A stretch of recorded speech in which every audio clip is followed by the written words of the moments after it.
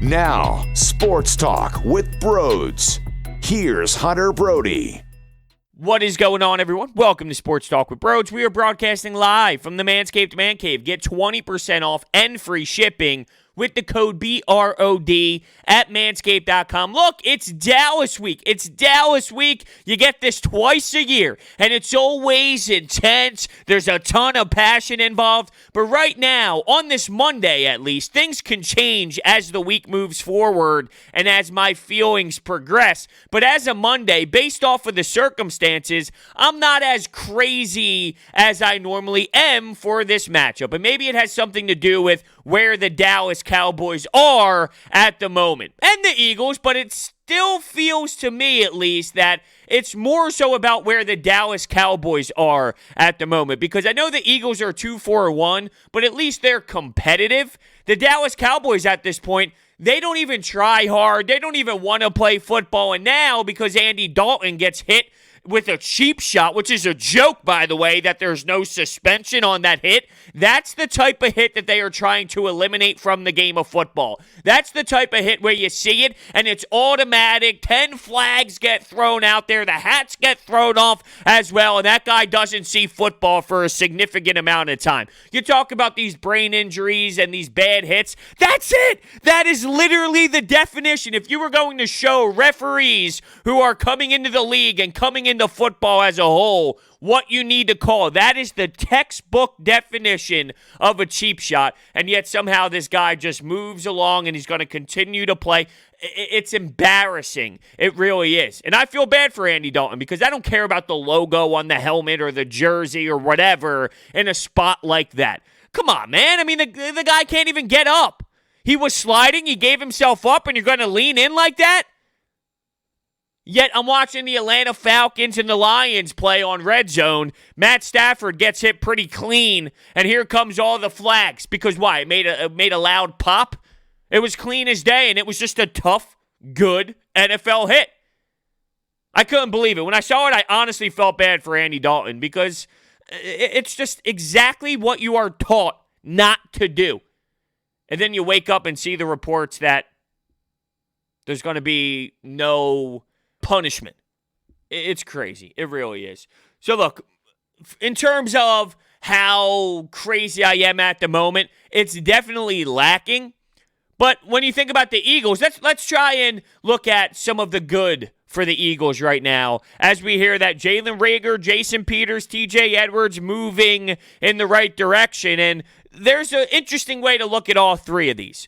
Jalen Reagor, this guy must have a human body that doesn't make any sense. This guy might be the Hulk or Spider-Man or Batman or I don't know. I mean, the guy gets hurt and then he should be out for 10 years and somehow he's back in 3 weeks. His body is just different. It forms differently. It heals differently. It's the fastest healing body I've ever seen in my damn life. John Clark is apparently reporting that there's a chance he could play on Sunday night. That is wild to me. It really is. Now, remember, you have the bye week afterwards, so just put that in the back of your mind. But you're hearing reports about Jalen Reagor. Jason Peters, whenever he's ready to come back, it's huge for this offensive line. You are getting to the point now where guys are not serviceable anymore. They're just flat out horrendous. Opeta and Brown, you can't keep doing that. Now, where will Jason Peters play?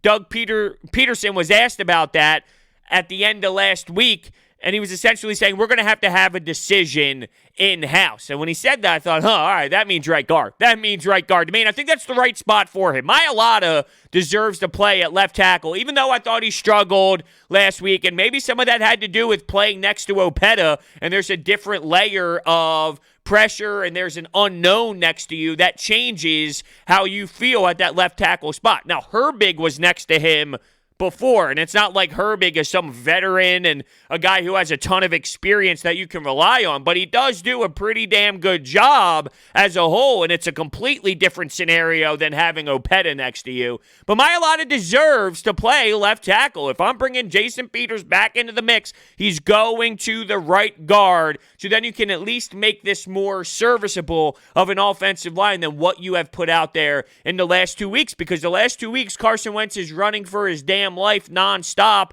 as Brown and Opeta get worked. And that's not to say Mailata was not at fault, because there is clearly a problem with his hand usage. You can look at Trey Thomas's breakdowns on Twitter and on YouTube of the trench talk that he does in the trenches. He breaks it down with Mailata and the hand usage, and it's great listening to a former stud at the position break down what is wrong in certain areas. But ultimately, he's done a decent job over there, and I'm not messing things up. There's no reason to. Why would you mess things up? Jason Peters had a chance. It wasn't pretty when he was over there. It's time to turn the page with Jason Peters at left tackle. And in terms of TJ Edwards, he had some nice moments in the game that he went down. This linebacking core is so bad, it's so abysmal, that anybody can help. So TJ Edwards being back with Nate Gary, Duke Riley, Alex Singleton, another body, if you will, to fulfill the horrendous role at linebacker that is currently on the Philadelphia Eagles roster. And just to clarify, these players were added to the 21-day window, practice window, so it doesn't mean they're automatically going to be playing in the games moving forward, but they are taking the next step. Rudy Ford is also another player who was put on this 21-day window, so something to keep an eye out for. All right, let's get into the meat and potatoes of what I wanted to discuss today. I want to look at this team right now, as of today, and I want to look at positives and I want to look at negatives with this team, and I came up with a list of 3 for each. Now, they're not actually listed as if the first one I say is more important than the third, but I came up with 3 positives and 3 negatives heading into this game. You can go in a lot of different directions, without a doubt. So I think it'll be interesting to read what you have to say. You can utilize the comment section on the YouTube channel to give your thoughts and your opinions on how you feel with this team at the moment. They're 2-4-1 for a reason. So there is some things that you can destroy from the negative side, but I feel there's also some positives with this team as well. Before we do that, though, I need to tell you about my friends at DraftKings. DraftKings has brought their expertise to legal sports betting. It's a legitimate sports book based right here in the U.S., so you can rest assured that your funds are totally secure. DraftKings, America's top-rated sportsbook app, is safe, secure, and reliable. Deposit and withdraw at your convenience. Listen to this deal. All new users have a chance to earn a sign-up bonus up to $1,000. Download the app and sign up with the code BRODES, Brodes. Head to the DraftKings Sportsbook app now and check out all that they have to offer, including player props, live betting, and so much more. If sportsbooks are not yet available in your state, don't forget about the DraftKings Fantasy app, which offers millions of dollars in total prizes every single week. And if you or someone you know has a gambling problem, crisis counseling and referral services can be accessed by calling 1-800-GAMBLER. Gambling problem, call 1-800-GAMBLER. All right, so I'm going to start with the positives. The positives for me, I will start with Carson Wentz.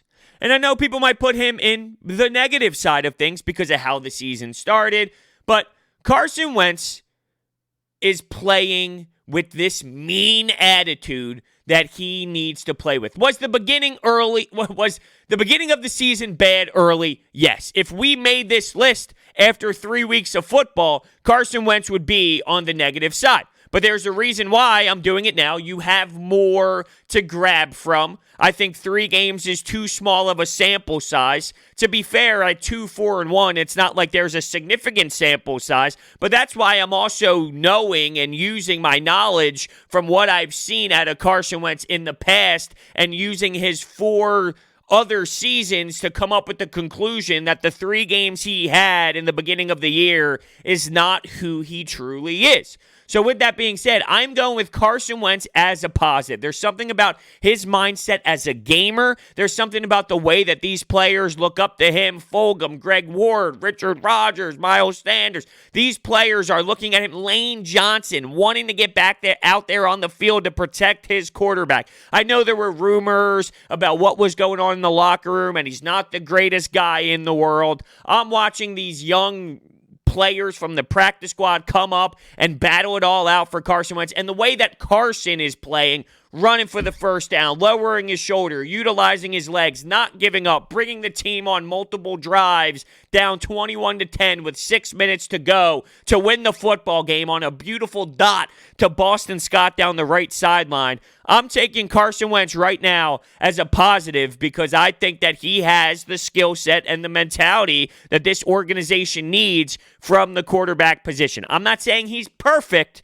but I'm saying I like what he brings to the table, and with his skill set, I'm not giving up on a Carson Wentz. It's tough to really judge a man when you have what you have at the offensive line position. It's hard to judge a man where you get constantly banged up every single year when it comes to the weapons. He really hasn't had a serious stretch of time with real NFL weapons.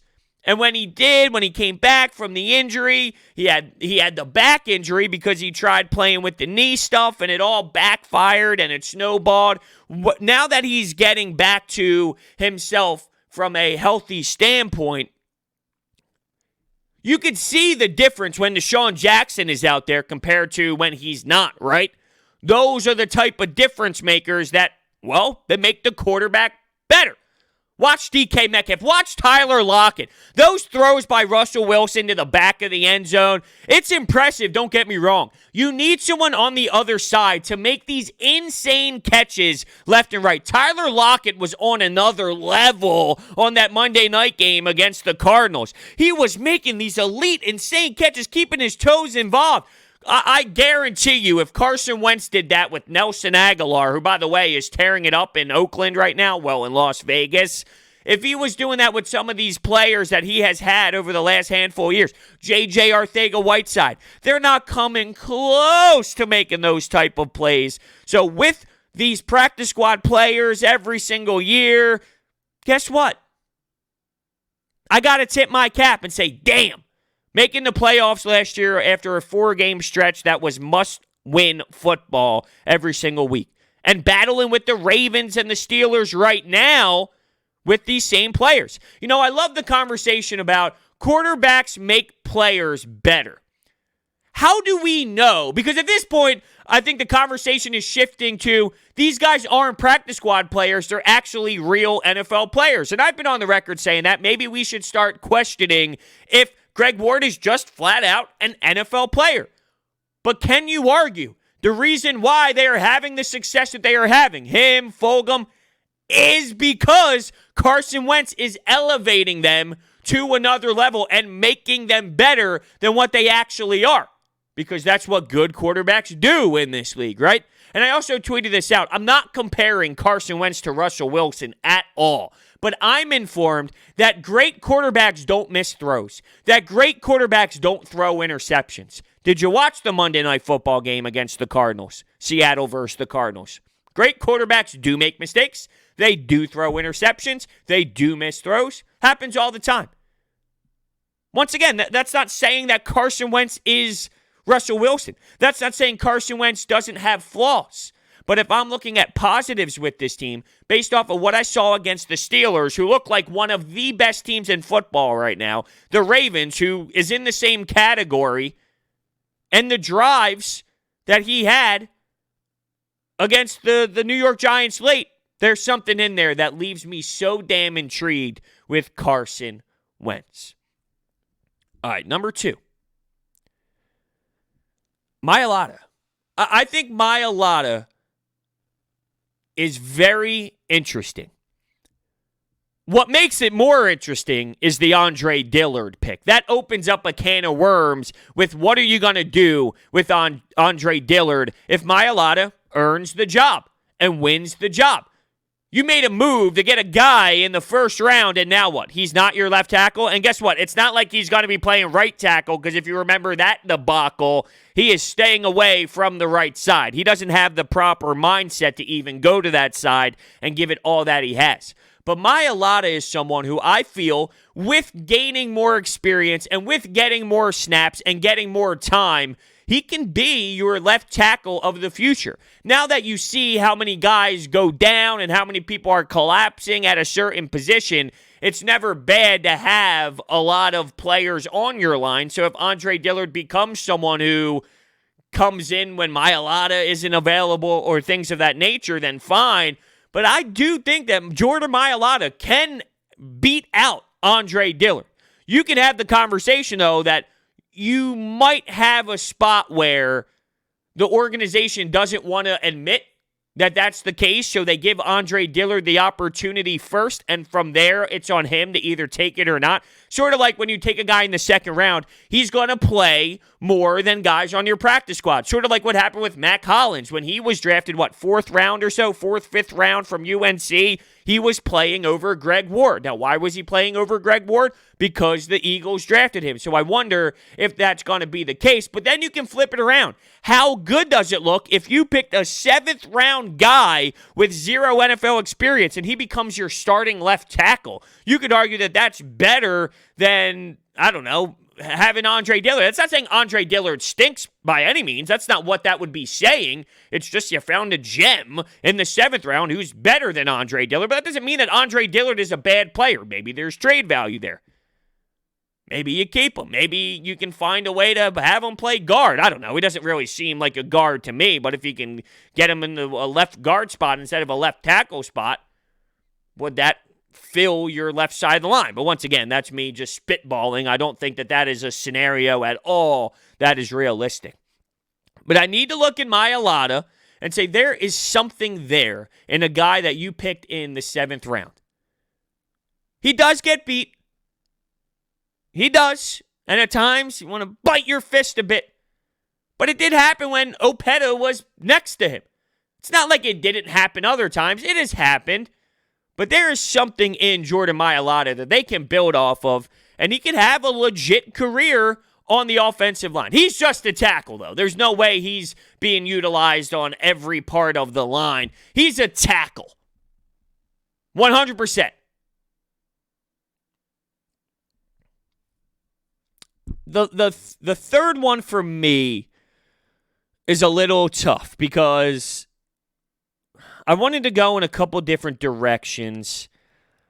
I wanted to go with the overall fight of the team, the way that they never give up, the way that they're always going to be engaged, the way that no matter what the score is, Doug Peterson has them playing extremely hard.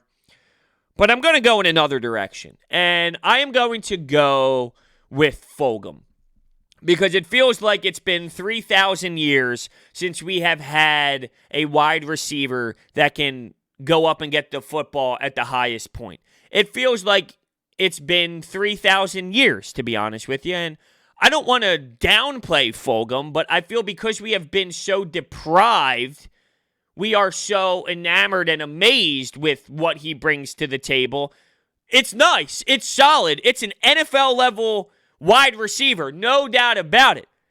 But then again, I do watch the Tyler Lockett's and the DK Metcalfs and some of these other receivers, and I go, are we convincing ourselves that Fulgham is better than what he is based off the fact that we haven't had any sort of playmaker in that spot in so long? But there is something to him. He's constantly getting you at this point 70 yards, 80 yards, 90 yards, 100 yards. Casually. You look at the box score afterwards, 5 receptions, 6 receptions, 80 yards, 85 yards. That's what he is getting you. And he was doing it against a Ravens team. Double coverage in the back of the end zone, going up. No, that's my football. Catching balls that we are accustomed to guys dropping. Making tough plays, getting open, being available, having trust from his quarterback, which we can all agree is important to Carson Wentz. Because Carson, sometimes, He gets that vision where he constantly wants to go to a specific player on a lot of spots, on a lot of drives. And Fulgham is that guy this season. But it's got to be Fulgham because I think you found your X for a while. I know Alshon Jeffrey plays that position, yada, yada, yada. This Alshon Jeffrey thing is an embarrassment to the franchise, and it's a joke. It's all nonsense. Something is happening behind the scenes that we do not know because there's no way that he battles through this type of injury, and then you got an illness, and then your calf is now bothering you. No. There is nonsense happening behind closed doors, and guess what? Who cares? Who cares at this point because you found a guy in Fulgham who is willing to play the X position, and you can move him around. It's not like it's only the X position, but you found your Alshon replacement. J.J. Arcega-Whiteside was supposed to be that, but he blows. He can only block, and that's pathetic out of a guy you took in the second round. Although, hey, he had a catch on the right side of the field against the Giants.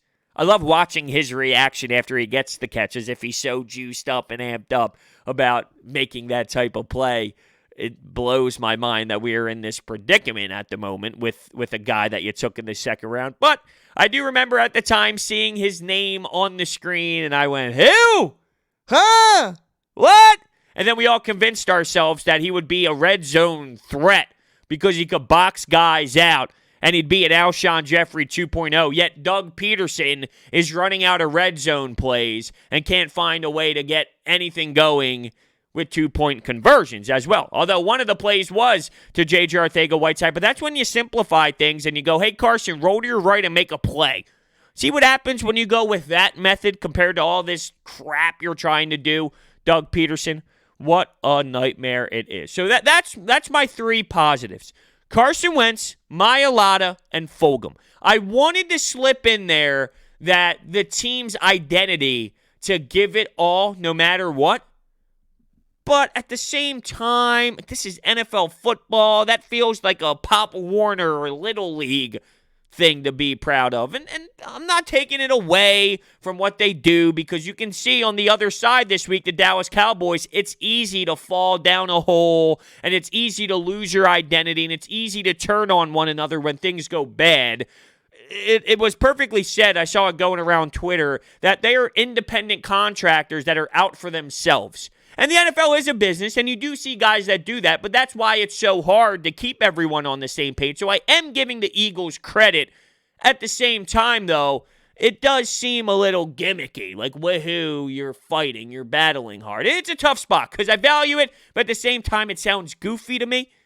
Yet with Carson, it's different. As a team, it sounds gimmicky. With Carson, out of your quarterback specifically, you need a player that's willing to put it on the line, no matter how much time is left on the clock, no matter how many timeouts, no matter what the score is. And he's doing that. He's keeping your team involved. All right, this episode of Sports Talk with Brodes is also sponsored by Orbit Energy and Power. And with over 20 years of experience in the industry, they are home to your solar experts in both residential and commercial projects. Their solar program helps eliminate your electric bill completely by offering flexible financing solutions such as $0 down. In addition, they will make sure that you receive all the state and federal incentives available for switching to solar. They also provide water purification systems, backup energy services, battery storage, and more. Make sure you check out their information down below. It's in the description. Let's get to the negatives, and we will start here. I'm going to start with Doug Peterson. I think he has had a bad year to this point. Now, I've seen flashes of good. I've seen flashes of very solid football that I am a fan of. Specifically, the scripted plays. I'm all in for it. It's tremendous stuff. When it goes away, I'm mind blown. When I see Doug Peterson thinking about going for a 4th and 1 early in that New York Giants game on their side of the 50 for no reason whatsoever, and then all of a sudden he goes, no, maybe not. Well, I mean, Doug, the fact that you were even questioning going for that, that's not being aggressive. That's being stupid. You could be stupid and overly aggressive. You got to value a smart decision with the aggressiveness. It can't just be all the time just because you want to be. Luckily, I think someone spoke to him in his damn headset to make sure he doesn't do such a nonsense thing. He almost did. I'm telling you, there's no way that Doug Peterson came up with that decision by his own and these red zone plays. And every Monday, we're now hearing that he wants to go back on some of his decisions that he has made on the sidelines. How many times do I have to scream from the mountains here that if you can't come up with the proper decision on game day when the game is actually going on, well, then you're in trouble. That's when you got to be your most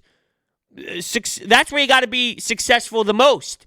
That's where you got to get the most out of yourself. Not the next day after when you slept on it and you thought about what you were going to say to the media. There's been multiple times, whether it was the Nate Gary play on Claypool against the Pittsburgh Steelers, whether it was the punt against the Cincinnati Bengals. Every single game now, it feels like he's waking up and going, hey, making an excuse for what happened or going back on his decision. Come on, Doug. Get it together. Admitting that you're running out of red zone plays, going for 2 all the time. The red zone as a whole, when the offense goes stale, it goes really ugly. But you had so much success earlier in the game when you were scripting the plays. Come up with a longer game plan. Come up with multiple scripted plays. Don't tell me you're going to run out of them. That tells me that you're a bad coach then. Come together with the collective group that was hired by the organization and come up with a game plan that works. Because you've done it. You've already done it. It's not like you haven't done it. We have seen it with our eyes. Deshaun Jackson, right? Now, he's going to be out for a significant amount of time. Maybe you can utilize Jalen Reagor coming back in the very near future in a similar role and start using some of these speed guys. Jalen Hurts, the packages for him, it's been abysmal. There's so much more that Doug Peterson can provide for this team that he is not doing. Now, if I want to talk about the gimmicky stuff, he deserves praise for how he continues to keep this team engaged when things go wrong, when things are failing. He's done it over the last handful of seasons, so I do need to give him some sort of credit for that. And for clock management late in the game against the Giants, I do need to give him props for certain things in that game. Play calls down the last 2 drives, I do got to give him credit, right? But that's what I'm saying. I see it there, and then all of a sudden it goes nowhere, and it gets lost for 3 quarters. How does it get lost for that amount of time? So Doug Peterson, for me, is one of the negatives at this point. I didn't want to go as simple and easy as injuries because I feel like that's too easy. That's too simple of an answer. The injuries. Of course, the injuries are a problem. They have been collapsing left and right. So I'll specifically target Zach Ertz's injury because you heard some reports about the Eagles were open to trading him and there was some noise surrounding the trade, and then boom, he gets hurt, and now it's going to be a completely different scenario for his role, for teams wanting to go out and getting a Zach Ertz. People want to go out and get a Zach Ertz because they feel that, hey, they are Zach Ertz away from going and making a legit run and winning a Super Bowl, or, extending him afterwards because there is 1 year left on the deal, but is he going to pull the card of, hey, I'm not going to play unless I have a contract that favors me, similar to what Malcolm Jenkins did with the Eagles at the end of his time. Look, I'm getting rid of Zach Ertz if I am the Eagles. I'm upset that the injury happened to him. This is a negative. This is a negative because I feel it would have happened. You would have been able to get something in return. You would have been able to move on from Zach Ertz. I was all in on getting rid of him. This isn't just an overreaction to this year. You got to get rid of Zach Ertz at this moment. You have Dallas Goedert. You can implement Dallas Goedert in an 11 personnel set. I want to go more 11. I want to switch things up from the 12. Zach Ertz is getting older in his career. It's not time to give him a hefty payday near the George Kittle type of numbers. I'm sticking away. It's time to move on. It's similar to the Malcolm Jenkins thing. This injury, though, is going to be a difference maker possibly for the organization moving on from Zach Ertz and the value that you can get back in return. And that's what stings. You're losing out on value on Zach Ertz. And I do feel like there would be teams willing to go out and get themselves a Zach Ertz. No doubt about it. He can play. It's not like he automatically stinks now. He's been underwhelming. I think there's a lot going on with his head from the feud with Howie Roseman and the front office not being happy here right now. It's it's showing on the field, which is very unprofessional. And it's weird because Zach Ertz is a professional player, and it's shocking to see him have these type of feelings. But there's no doubt he's in his feelings at the moment, and you saw it on display. The value in Zach Ertz going down is a negative for me. And then the third is the linebacking core. How this organization as a whole went into the season with the linebacking core that they did, and Nate Gurry getting abused. At one point, quarterbacks were 23 for 23 against him, targeting left and right, going after him every play, looking for the matchup, going, yep, we're going to abuse you all the time. That is unbelievable. It's pathetic. It's a fireable offense that the linebacking core was what it was this season. Now, some guys like Alex Singleton has showed some things, and I didn't even think the linebacking core was so pathetic against the New York Giants as a whole, but then again, they have one of the worst offenses in football, so it's hard to judge who they are as a unit against those type of players. It's impossible to think you're going to succeed, though, with the crew that you went into the season with. I'm not even screaming at the mountains for a Van Der Esch or a Devin Bush. It would be awesome to have those type of linebackers and those type of players. You just need serviceable guys, though. When the Eagles won the Super Bowl, they didn't have elite playmaking linebacker players. That would be cool. I'm not saying I don't want them at all, but you don't need that. You don't need that insane elite linebacker. You just need an average linebacking core. If you have the front that you have in the defensive line, if you have guys in the secondary that can play, it doesn't automatically need to be this special, unbelievable, insane talent at linebacker. You just can't have the worst in the history of football either. And sadly, I think they have the worst in history. You know? It's bad. So the linebacking core for me is the three negatives, and the three positives was Wentz, Mailata, and Fulgham. I would love to hear your thoughts. If you're listening to this on the YouTube channel, Sports Talk with Brodes, you can comment down below with your three positives and your three negatives.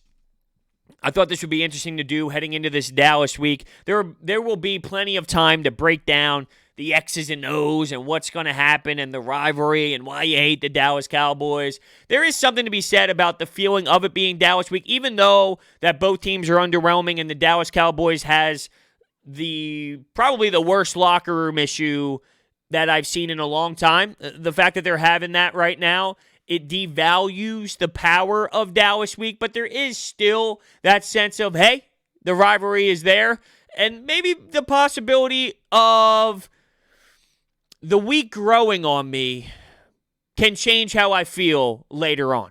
Wednesday, Thursday podcast. Maybe I'm in a different mindset. Maybe by then I'm all amped up and ready to go, thinking, hey, the Eagles can blow them out of the water and embarrass them more than the Washington football team did, and possibly put up 40-something points, and Carson Wentz can throw for 5 touchdowns and put up 400 yards or something like that. Maybe I'll be convinced that that'll happen as the week goes on, because this is one of the worst defenses I've ever seen in the history of football. And guess what? For all the people that think linebackers make the biggest difference in the world, which they do have a role, I'm not trying to act as if they don't matter whatsoever. You know, Van Der Esch has been there, and their defense is the worst. He's been hurt. He's been banged up. I get it. But you get my point. He's a hell of a linebacker in this league. Doesn't make the difference. That's very old school, the old linebackers. Now, there's a lot involved. There's a lot in play. I'm not trying to devalue the linebacker. You just need average guys. If you have average linebackers, but you're surrounded properly with a constructed defense, you'll be okay. I promise you. Sadly, though, you have a horrendous, and I mean horrendous, core of linebackers. But getting to the point here, it's Dallas week. Can't wait to see where this takes us. Thank you all so much for listening, and I will see you next time.